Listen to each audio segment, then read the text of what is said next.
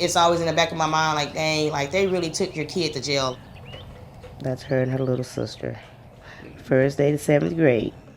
Travasia had been doing good, been having a wonderful years thus far. And then all of a sudden, she was horseplaying in the hallway with another kid, and the kid accidentally ended up getting burned. Travasia Jackson got hot glue on a classmate's arm during a school project. It was on an accident because we were playing, running around, and I was acting like I was going to touch him with the glue. And I guess he moved his arm and the stick touched his arm. They said it was an assault. Afterwards, they told me that I was going to juvie, and I went. What was it like? Like jail. How did you feel?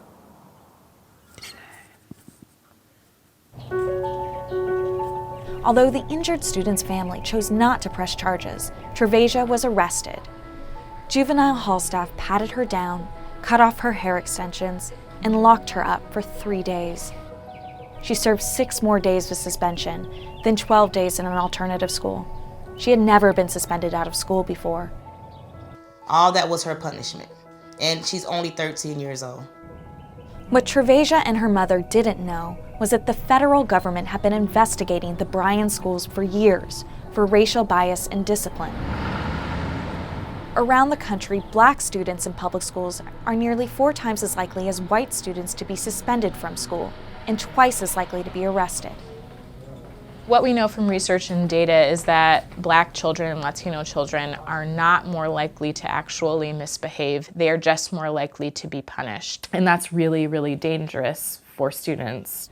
Kids are less likely to graduate on time, they're more likely to be held back, and they're more likely to have contact with the justice system in the future. In 2013, Texas Appleseed and the NAACP's Legal Defense Fund filed a complaint against the Bryan School District for disproportionately punishing Black students. Under the Obama administration, closing the racial gap in school discipline was a top priority. Routine school discipline infraction should land a student in the principal's office, not in a police precinct.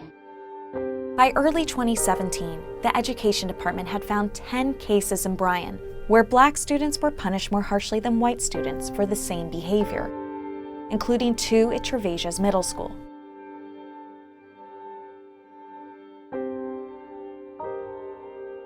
Draft documents showed the district was planning to change its disciplinary policies.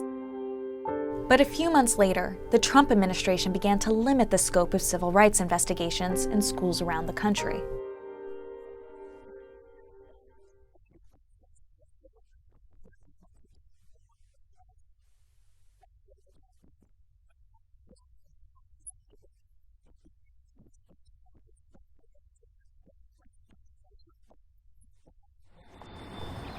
Eight months into the Trump administration, the Education Department closed the investigation in Bryan and abandoned the proposed reforms. It is so clear, both from the data and from the stories of the students and parents who are in that school district, that something inappropriate was, and you can see still is, going on.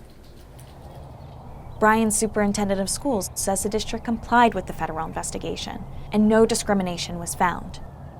She says the district is already implementing positive discipline interventions, hiring additional support staff, and increasing guidelines for parental involvement. Travasia is a real good kid. She's very smart, very outgoing. My daughter had to go through all that and, and be traumatized because she's so afraid to do anything now. It's like her whole mind frame and everything has changed. Travasia is back in the alternative school for a second time. According to her mother, school surveillance video shows a classmate picked a fight with her. It's just like jail. Horrible. It's putting more pressure on me. You don't do work like you do in school. You just do computers all day, 8 hours. So she's missing out on mainly all her basic English, language, writing, the math, the real work that is supposed to be given to her.